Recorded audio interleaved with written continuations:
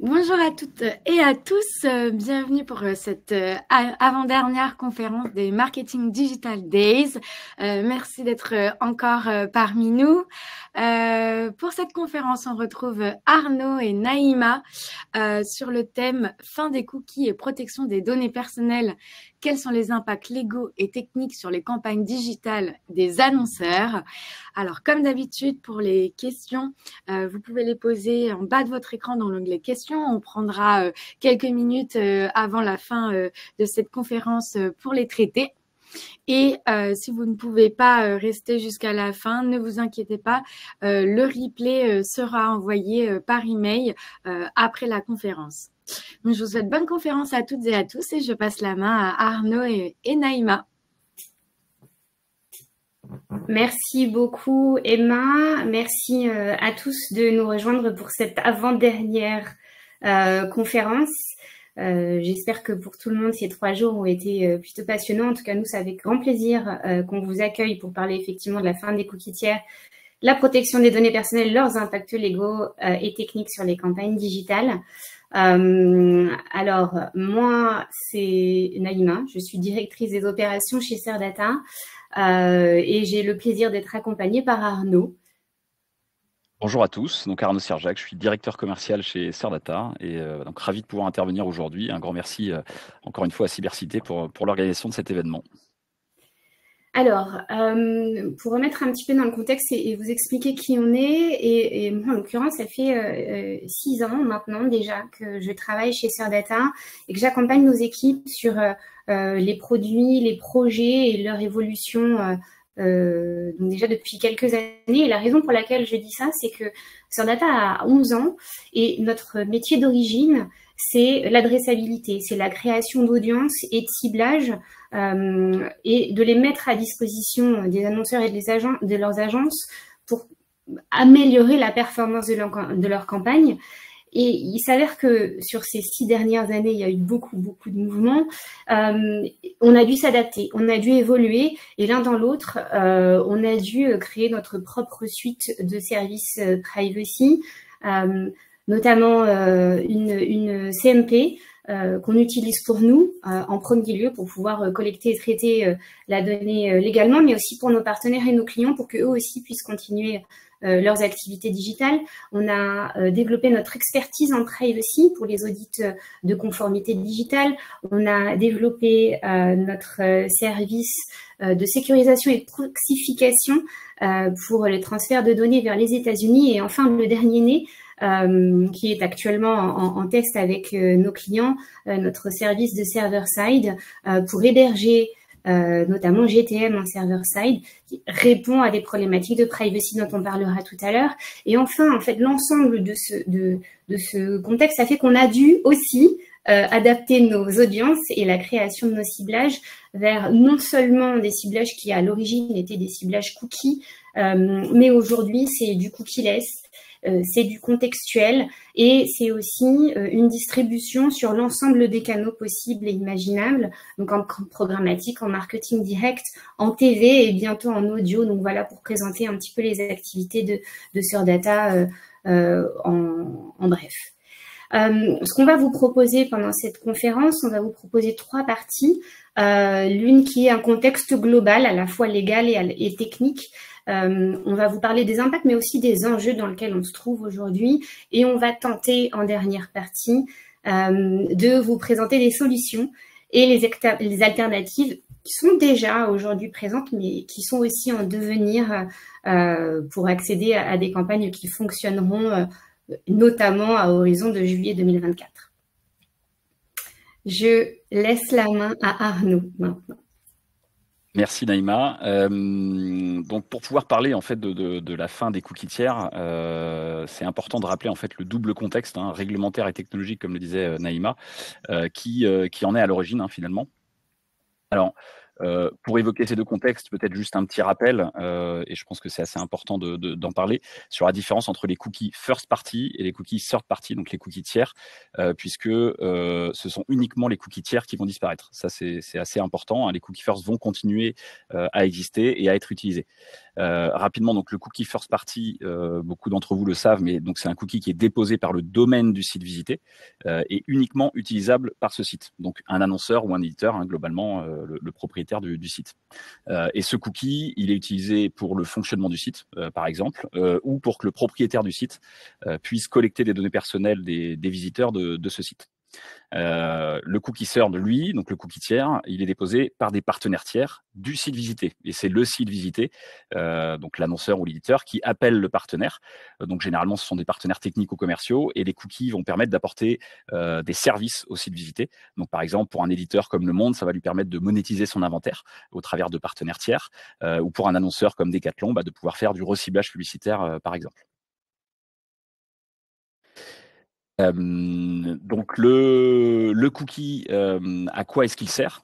C'est bien beau de parler de cookie, mais peut-être rappeler rapidement à quoi il sert. Eh bien, ça sert à 2 besoins majeurs pour vous et pour les annonceurs. C'est la mesure et le ciblage. Donc mesurer l'audience de vos sites, pouvoir distinguer des visiteurs uniques des visiteurs. C'est bien de savoir qu'on a 500 000 visiteurs, mais c'est mieux de savoir combien il y en a d'uniques, notamment. Pouvoir mesurer les impressions, les clics, les conversions, la couverture d'une campagne publicitaire. Ça vous permet aussi de gérer l'exposition publicitaire de vos campagnes. Donc, est-ce que j'expose ou non plusieurs fois à un même utilisateur ma publicité? Et donc, là aussi, on optimise la couverture de la campagne et on évite la surpression marketing. Afficher plusieurs fois et de manière répétée la même publicité à un utilisateur. Pour le ciblage, ça sert à quoi le cookie?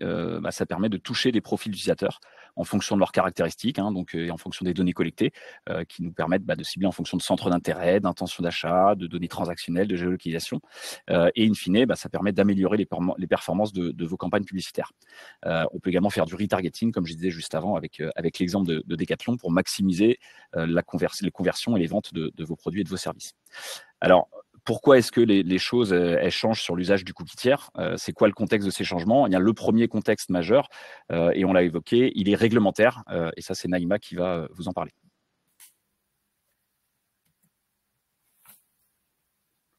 Merci Arnaud. Donc en effet, on a voulu faire un petit historique. Alors bref, on va pas refaire la genèse de la naissance des lois de protection de la vie privée et des données personnelles. On a simplement voulu revenir à 2 sujets qui sont très importants et qui ont encore aujourd'hui et qui auront encore longtemps beaucoup d'influence sur notre quotidien.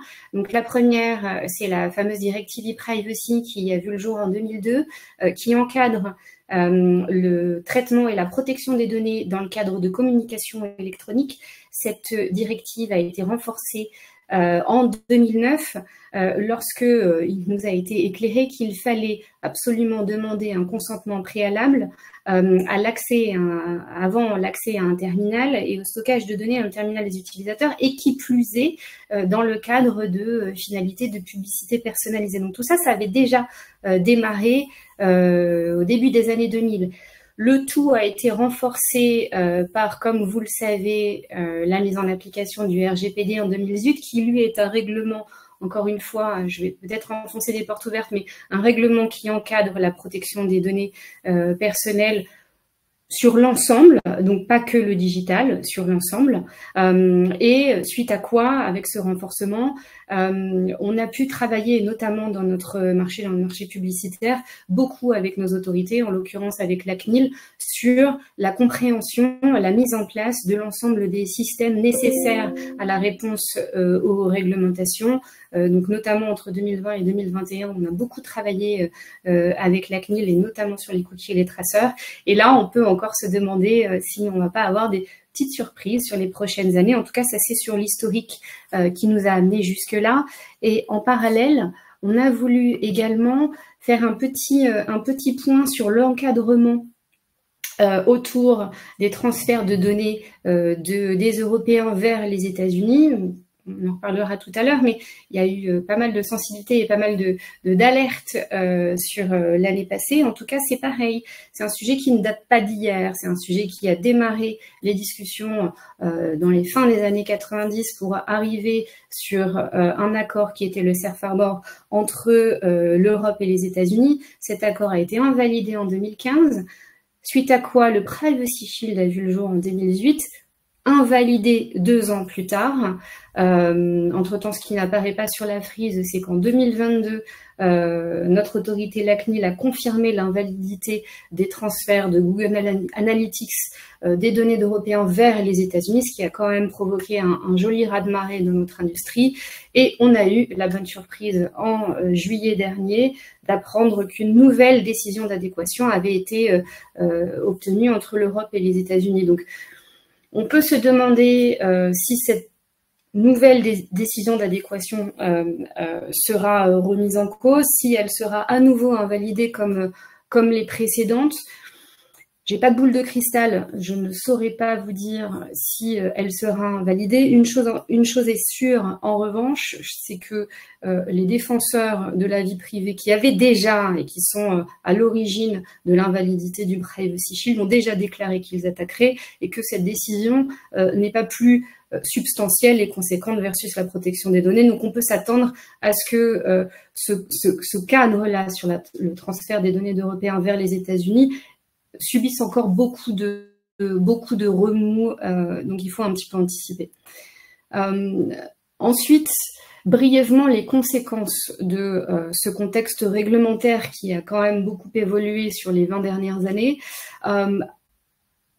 La protection de la vie privée dans notre environnement, en tout cas dans le digital, est devenue une réalité qu'il faut appliquer. On a pu constater des différents contrôles et des sanctions associés, parfois jusqu'à plusieurs millions d'euros.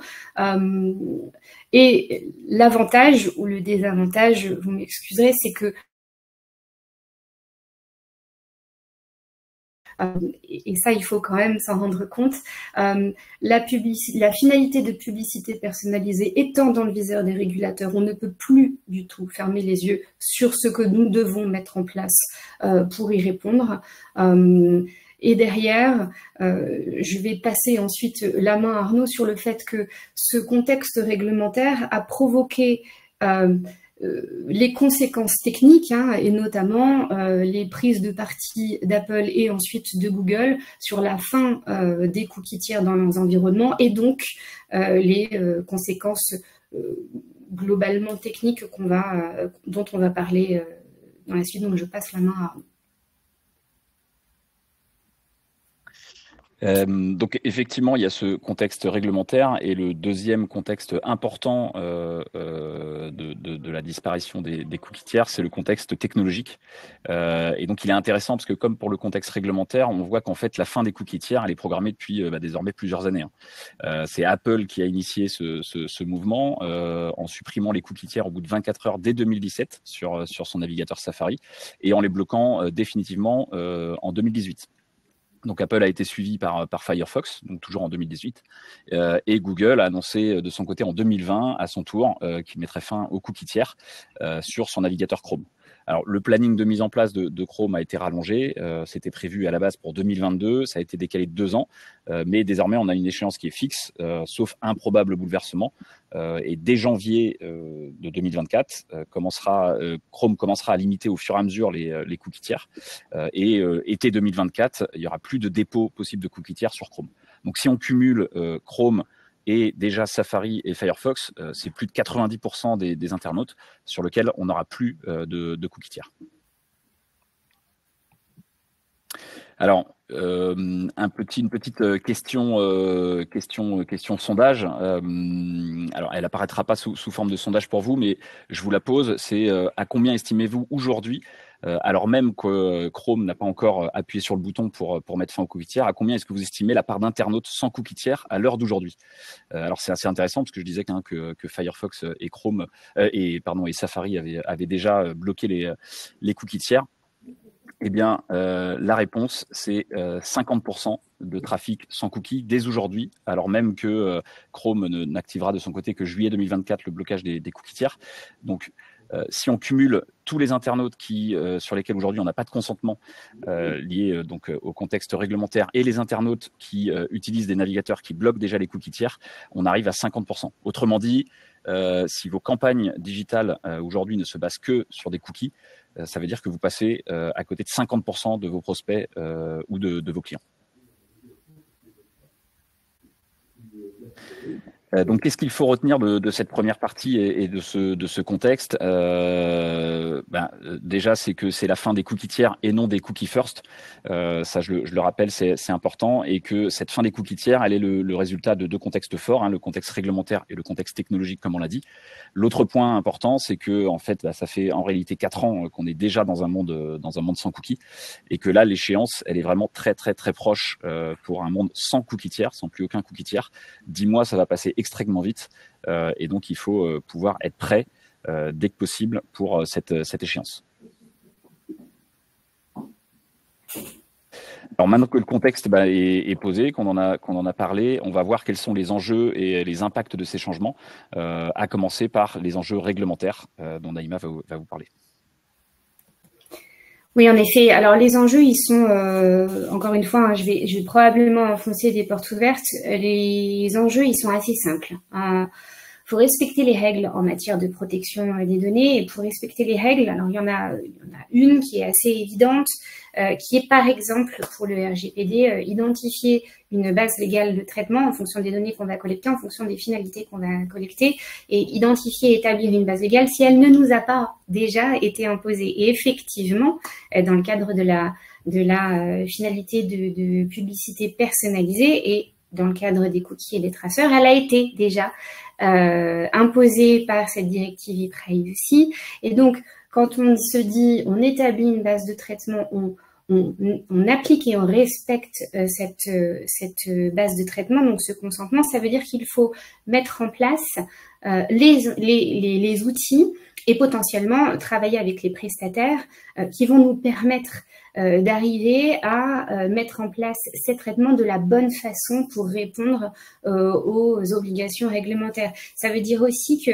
l'enjeu, c'est de comprendre dans quel environnement on se trouve, c'est de comprendre les impacts justement de ce contexte réglementaire, c'est de s'y adapter et de se poser les bonnes questions. Est-ce que ce qu'on connaissait hier est encore valable aujourd'hui? Voilà, donc ça, c'est des enjeux qui sont très importants côté réglementaire.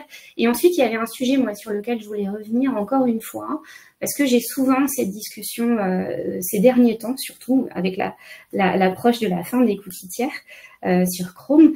On me dit souvent, c'est bon, une fois qu'il n'y aura plus de cookies tiers, ça se passera bien, il n'y aura plus de problème. Non. La fin des cookies tiers, c'est un sujet technique. Les problématiques et les enjeux réglementaires sur la protection des données concernent l'ensemble des protocoles techniques dès lors qu'ils rentrent dans le jeu de l'une ou l'autre ou des deux réglementations. Donc, tous les traceurs sont concernés par la protection des données. Tous les protocoles, on en parlera tout à l'heure, et les initiatives qui vont permettre de compenser les reach et qui vont permettre de compenser la perte du cookie tiers seront aussi probablement et très certainement concernés. Donc, voilà, ce n'est pas parce qu'il n'y a plus de cookies tiers qu'il ne faut plus prendre en compte les enjeux réglementaires. Donc, les impacts de la réglementation, ils sont immédiats. Je pense que tout le monde les a vus, notamment sur ces campagnes. Quand on met en place et quand on respecte les obligations de réglementation, et notamment quand on respecte le choix de l'internaute à ne pas traiter sa donnée, d'un coup, on a beaucoup moins de reach. Donc, Arnaud parlait tout à l'heure de 50% au total. Lorsqu'on n'est que sur l'environnement Chrome et qu'on avait l'habitude d'établir ces statistiques simplement sur Chrome, on se retrouve généralement autour de 30-40% de baisse de reach. Même chose, en fait, quand on a l'habitude de regarder ces statistiques et qu'on mesurait de manière user-centric, ben là, tout de suite, pas de consentement, pas de stats. Et ensuite, un autre sujet, et donc ça c'est le cœur de notre métier, c'est de comment on fait maintenant pour adresser des typologies de personnes pour certaines de nos campagnes, parce qu'il ne faut plus adresser personnellement des personnes qui potentiellement correspondent à des catégories sensibles, donc la santé, la politique, des groupes ethniques, etc. Donc tout ça a comme résultante pour les annonceurs et les agences qui gèrent aussi des campagnes qui sont de plus en plus difficiles à mener, puisque les annonceurs, eux aussi, doivent se rendre conformes et mettre l'ensemble des systèmes en place pour que eux aussi respectent la réglementation. Ils doivent penser différemment pour choisir leurs partenaires, parce que les partenaires, eux aussi, doivent être conformes. Il faut penser à protéger et sécuriser les données. Donc là, on peut déballer l'ensemble des acronymes, mais il faut mettre tous les bons outils en place, protéger et sécuriser la donnée. Donc la CMP, les DMP doivent aussi être conformes, les CDP, les outils d'analytics. On parle là maintenant, par exemple, du server-side qui peut aider. Et enfin, l'impact, c'est aussi qu'il faut monter en compétence absolument sur les sujets liés à l'évolution de la réglementation et les obligations. Et on peut soit internaliser, soit externaliser, mais il faut absolument monter en compétences juridiques, mais aussi techniques et marketing pour pouvoir ensuite répondre aux performances de campagne qu'on voulait un petit peu comme avant. Pardon, et je laisse la place à Arnaud qui va, lui, vous expliquer plus en détail, en fait, les conséquences sur les campagnes. Exactement, merci Naïma. Donc effectivement, ces conséquences de changement de la réglementation et des technologies du marché ont des enjeux assez importants pour la publicité digitale. Le premier enjeu, il est assez simple, hein, et je le répète, je l'ai déjà évoqué un petit peu tout à l'heure, mais c'est vraiment important de le répéter pour mesurer en fait ce qui nous attend mi-2024. Le cookie est essentiel pour la mesure et le ciblage. Et ça, c'est vraiment indispensable de bien l'avoir en tête pour derrière, évidemment, trouver des solutions permettant d'y remédier. Pour la mesure, c'est toute l'audience de votre site, le nombre de visiteurs uniques, parcours de la navigation, durée des sessions, etc.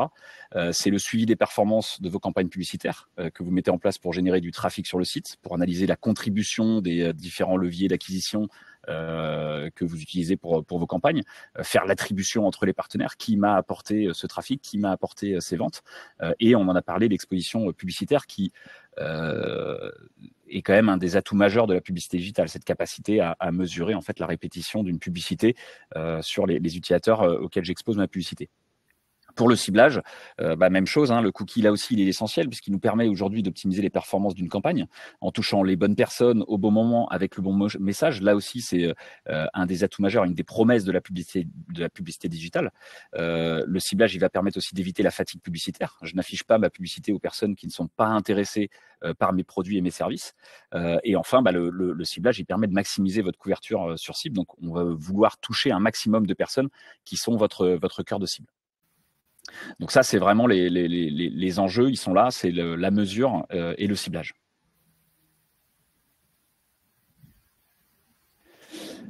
Alors, quels sont les impacts pour la publicité digitale, pardon, et vos actions marketing?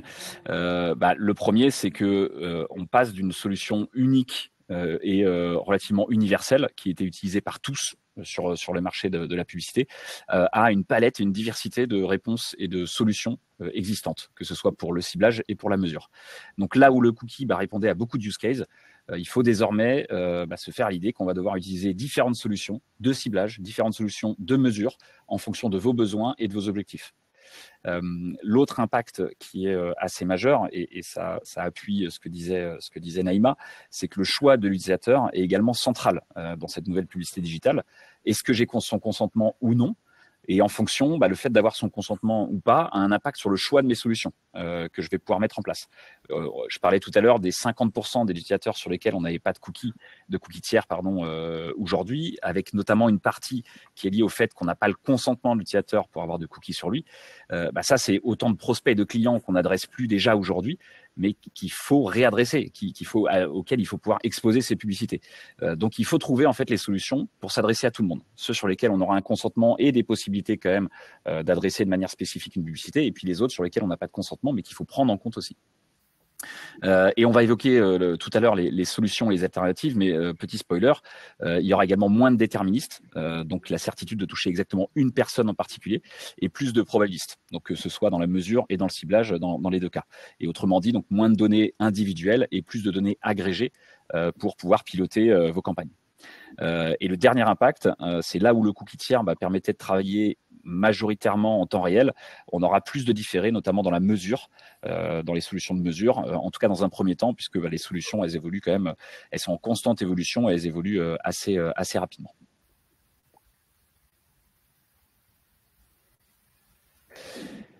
Alors, qu'est-ce qui change pour vos investissements digitaux? Eh bien, vous avez un enjeu qui est majeur et très court terme, c'est de vous poser les bonnes questions, tout simplement, hein, pour identifier les bonnes solutions. Ces questions, c'est quoi? C'est quels sont mes objectifs marketing? Quels sont mes use cases principaux en termes de ciblage et en termes de mesure? Quelles sont les solutions qui vont me permettre d'atteindre mes objectifs? Quels sont les partenaires qui proposent ces solutions? Est-ce que c'est des partenaires existants? Est-ce que c'est des nouveaux partenaires que je dois rencontrer pour comprendre leurs solutions et voir dans quelle mesure ça répond à mes besoins et mes objectifs? Et évidemment, derrière, quelles vont être les différences en termes de performance, en termes de granularité, de niveau de précision dans le ciblage et dans la mesure, et quels seront les changements sur mes campagnes avec l'utilisation de ces solutions.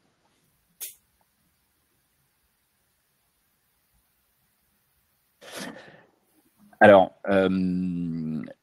quel est le challenge finalement de ces changements pour vos investissements?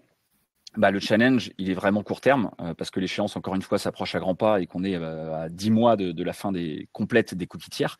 Donc, votre challenge, ça va vraiment être de réussir à combiner les différentes solutions que vous aurez identifiées comme répondant à vos besoins marketing. D'où l'intérêt de se poser des bonnes questions en amont. Et forcément, de ces besoins marketing découle un protocole de test précis qui va vous permettre de comparer les solutions entre elles et vous assurer évidemment qu'elles répondent bien à vos use cases, que ce soit en termes de performance, de précision et de coûts associés, parce que forcément, qui dit nouvelle solution dit aussi un coût associé qu'il faut pouvoir intégrer. Et enfin, dernier point, le choix de ces solutions aura aussi un impact sur les KPIs. Peut-être qu'il va falloir les adapter, peut-être qu'il va falloir en identifier de nouveaux qui seront utilisés dans le monde post-cookie tiers, mais c'est vraiment une question à se poser et des changements assez majeurs dans le pilotage de vos activités digitales.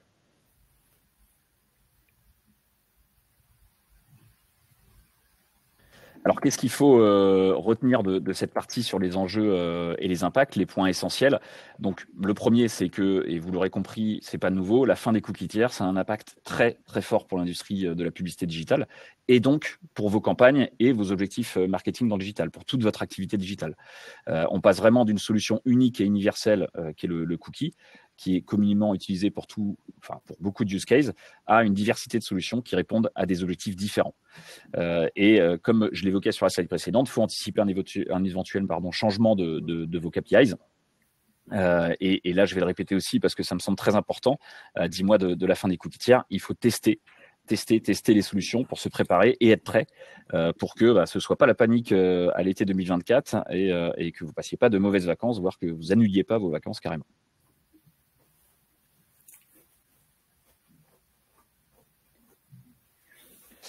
Donc maintenant qu'on a pu voir ensemble et appréhender les enjeux et les impacts réglementaires, technologiques qui entraînent la fin des cookies tiers, quelles sont concrètement les solutions et les alternatives pour maintenir vos activités digitales?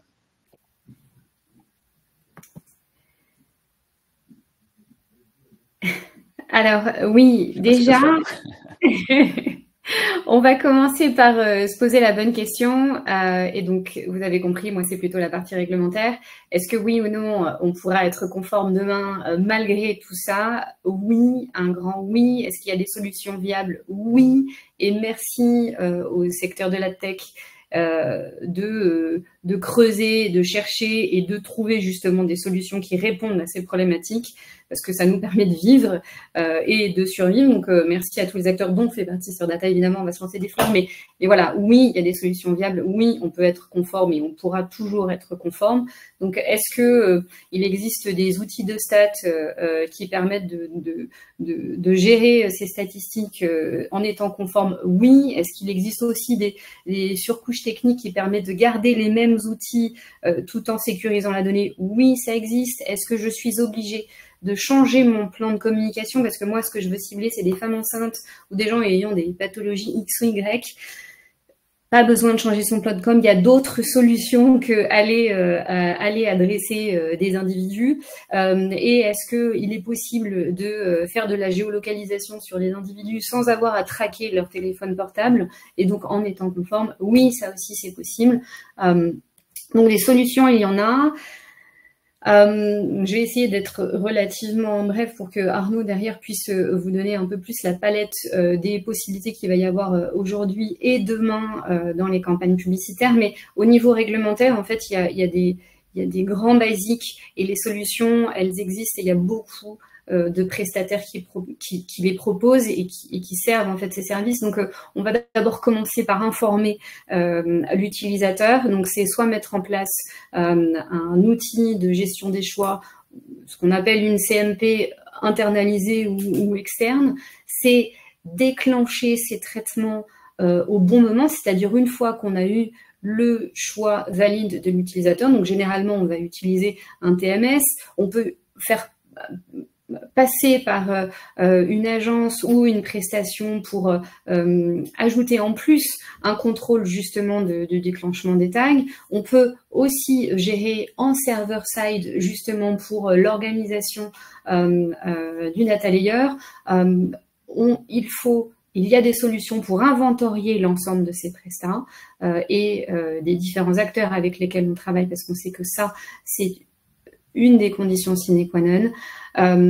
On va avoir des solutions pour sécuriser, encore une fois, des outils de mesure qui sont validés par la CNIL. Il y a toute une liste sur le site de la CNIL qui ne permettront pas, donc ça Arnaud en parlait tout à l'heure, il va en reparler, qui ne permettent plus d'avoir une vision aussi granulaire que celle qu'on avait avant, mais qui permettent d'avoir des stats globales et plutôt fiables. Mais il y a aussi effectivement des outils qui permettent de mettre une surcouche et de garder ces outils sans les citer, des analytics en l'état avec les mêmes paramètres. Encore une fois, le sujet du moment devient aussi le server-side pour sécuriser et contrôler la donnée qui va être accédée par les différents partenaires. Enfin, il y a aussi des solutions pour atteindre sa cible de manière conforme. Donc, il y a encore une fois, Arnaud va en parler tout à l'heure, mais on est en train et on a créé des audiences qui sont des audiences de groupe sans profil individuel, dans lequel on ne va pas forcément partager la donnée de l'individu dans les différents systèmes et notamment en programmatique. Donc ça, c'est un énorme pas en avant qui sera très certainement une réponse pour les régulateurs.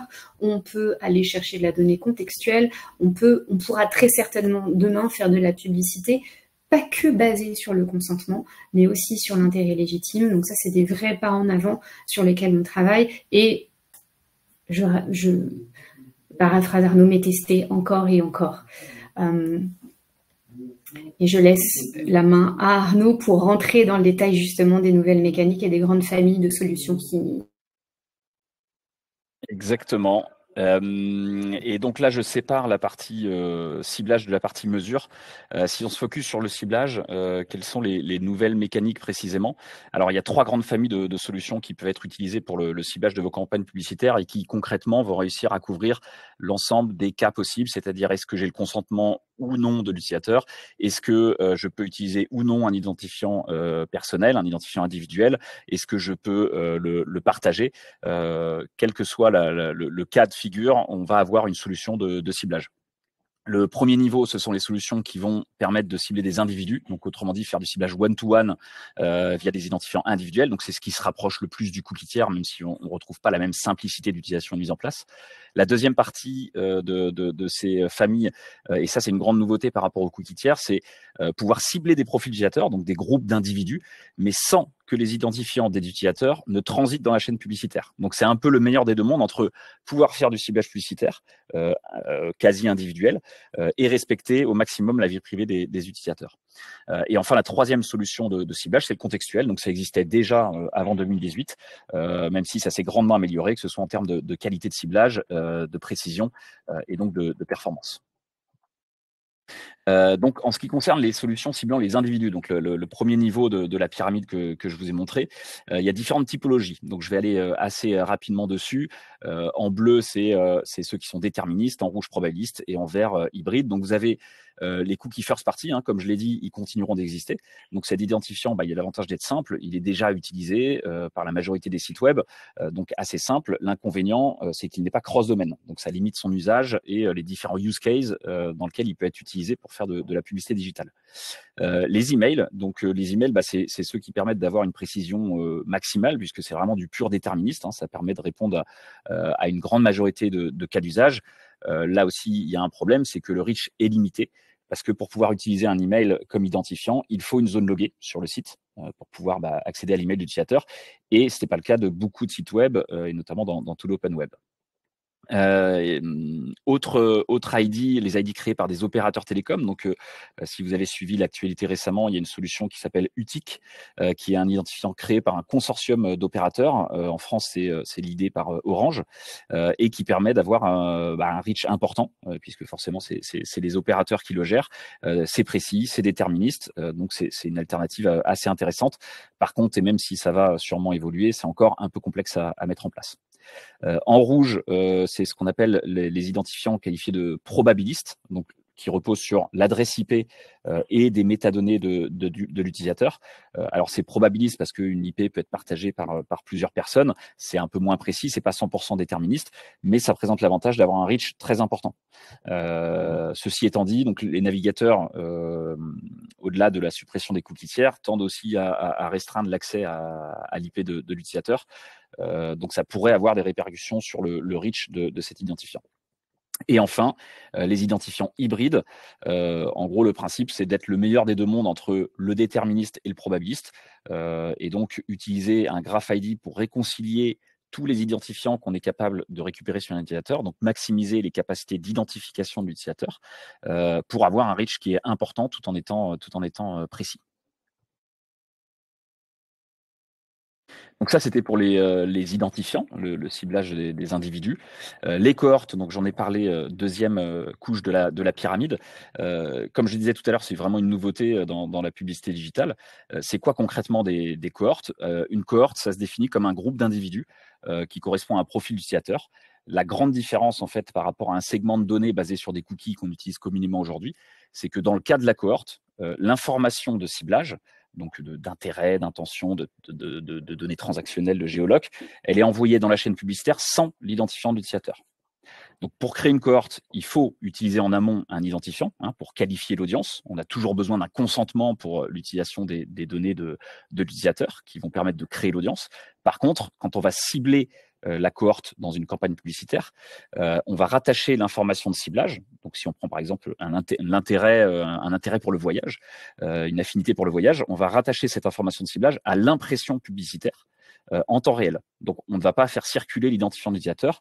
On sait juste que cette impression à l'instant T qui se charge sur un site, elle correspond à tel profil d'utilisateur, un intérêt travel, mais on ne peut pas savoir si c'est l'utilisateur 1, 2, 3, 4, 5 ou ABCD. Donc, c'est vraiment différent de ce qu'on faisait jusqu'à aujourd'hui. Et donc, la cohorte, elle permet de cibler des utilisateurs en fonction de leur profil, mais sans possibilité de réidentifier l'utilisateur dans le cadre de la campagne. La limite, évidemment, c'est que comme on ne peut pas réidentifier l'utilisateur, on ne peut pas s'en servir pour faire du capping, donc faire de l'exposition publicitaire, ou faire de la mesure avec cette solution. Et enfin, donc troisième solution de ciblage, le contextuel. Donc ça, je pense que la plupart d'entre vous connaissent. C'est la famille de solutions la plus mature, puisqu'elle existe depuis longtemps, même si elle s'est beaucoup améliorée. Donc l'avantage du contextuel, c'est qu'on n'a pas besoin de consentement, on n'utilise pas de traceur, il n'y a pas besoin de données personnelles. Donc le contextuel, il est vraiment focalisé sur le contenu des pages et sur l'environnement de diffusion. Donc ces dernières années, il y a eu pas mal de technologies qui ont été développées par des acteurs de la tech, et vous pouvez utiliser différents types de contextuels en fonction de vos besoins pour vos campagnes. Donc le contextuel thématique, c'est ce qui, on va dire, il y a de plus basique et de plus vieux, de plus ancien. C'est diffusé sur un cadre de diffusion précis. Voilà, je suis Decathlon, je veux que mes publicités soient affichées sur les sites de l'équipe ou d'Eurosport parce que ça parle de sport. Donc ça, c'est assez simple. Le contextuel mots-clés qui permet de cibler des pages sur lesquelles on a identifié des mots-clés spécifiques.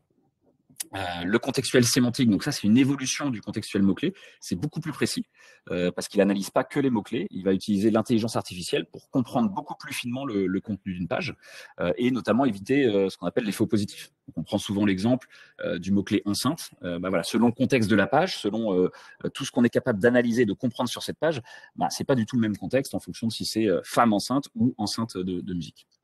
Voilà, et évidemment des technos aussi qui ont développé des solutions pour faire du contextuel image et du contextuel audio pardon, et donc du contextuel vidéo in fine. Le dernier né des solutions contextuelles, c'est le contextuel panel qui va permettre de cibler des contextes en fonction de profils d'utilisateurs issus de panels. Concrètement, ça fonctionne comment? C'est on analyse en amont la navigation de panélistes qui composent un profil d'utilisateur et on va pouvoir déterminer les contextes les plus affinitaires avec cette cible, avec ce profil, pour diffuser sur ces contextes. Donc, par exemple, exemple tout simple et sûrement assez évident pour l'illustrer, le contexte maquillage, une page qui parle de maquillage, on sait qu'il va être consulté à 90% par des femmes. Donc, si je veux toucher majoritairement des femmes, je vais pouvoir cibler ce contexte précis. C'était pour la partie ciblage. Maintenant, quelles sont les solutions pour la partie mesure? Alors là aussi, il y a de nombreuses solutions qui vont être différentes selon vos objectifs et ce que vous voulez mesurer. Là, ce schéma, il peut paraître un peu lourd. Il est assez costaud. Je vais vous l'expliquer rapidement. Au centre, on a les 3 grands besoins pour la mesure. À gauche, c'est les KPIs communément utilisés pour ces besoins. Et à droite, c'est la partie méthodo et techno de mesure qui répondent à ces besoins.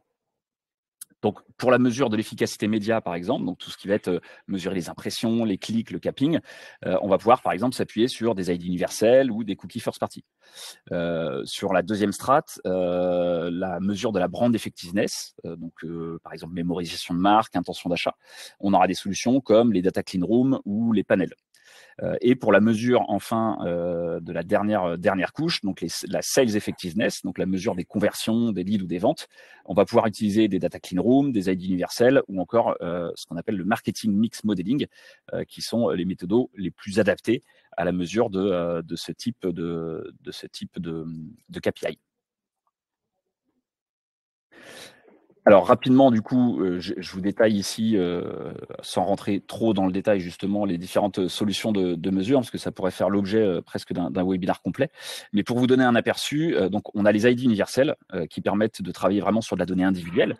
C'est ce qu'il y a de plus précis. Par contre, ça ne permet pas d'avoir un reach maximum, notamment du fait des problématiques d'interopérabilité entre les technos publicitaires du marché. Et donc, autrement dit, on n'a pas une mesure exhaustive de ces campagnes. Même si ça s'améliore via les graph ID qui permettent de réconcilier différents identifiants universels et individuels, on augmente la portée de ces solutions en réconciliant ces identifiants. Les panels, ça c'est pas nouveau, ça existe déjà depuis un moment, ça permet d'avoir une mesure fiable, on va travailler sur un échantillon représentatif pour avoir une mesure agrégée. La limite de cette solution, c'est le coût élevé que ça peut représenter si on veut l'utiliser de manière large sur toutes ces campagnes. L'incrémentalité, ça c'est une autre solution pour mesurer la valeur incrémentale des ventes. Donc concrètement, c'est comparer des utilisateurs exposés et des utilisateurs non exposés pour pouvoir mesurer l'impact d'une campagne, de vos campagnes. Là non plus, il n'y a pas de mesure exhaustive possible. Le marketing mix modeling que vous avez peut-être vu sous l'acronyme MMM, qui va s'appuyer lui sur des modèles statistiques qui prennent en compte énormément de facteurs et ce sur une durée très longue pour derrière avoir une fois le modèle en place, avoir la capacité d'analyser les résultats d'une campagne. Donc ça, c'est hyper intéressant. Par contre, c'est une méthode qui est assez lourde à mettre en place. C'est long et c'est coûteux.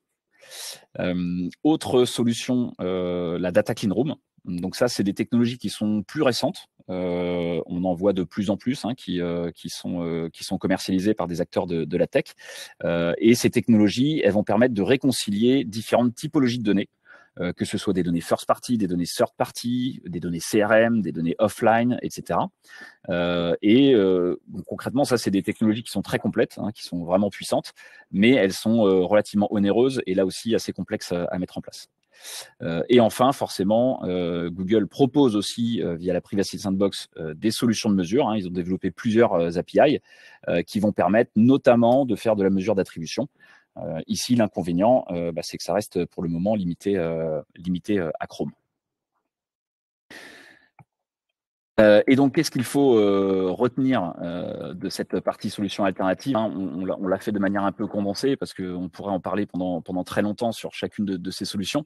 Mais ça permet d'avoir un aperçu, hein, de tout ce qui existe et ce qui peut répondre à vos besoins et vos objectifs marketing.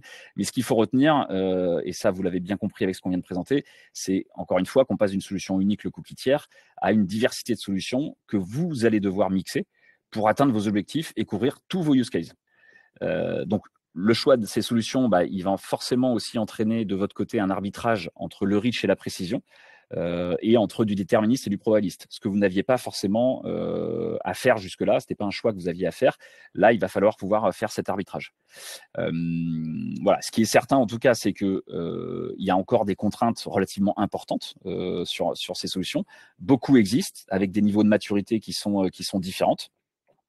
Et il y a encore des évolutions qui sont en cours, qui sont nécessaires, mais qui sont encore. Et le marché va encore bouger ces prochains mois. Et donc, normalement, on arrive au bout de notre temps et je laisse Naïma conclure. Oui, très brièvement, puisqu'on est arrivé à la fin de la conférence, malheureusement, mais en gros, on espère que vous avez compris ce qu'on voulait expliquer, c'est-à-dire qu'on est sur un marché qui est devenu d'une grande complexité.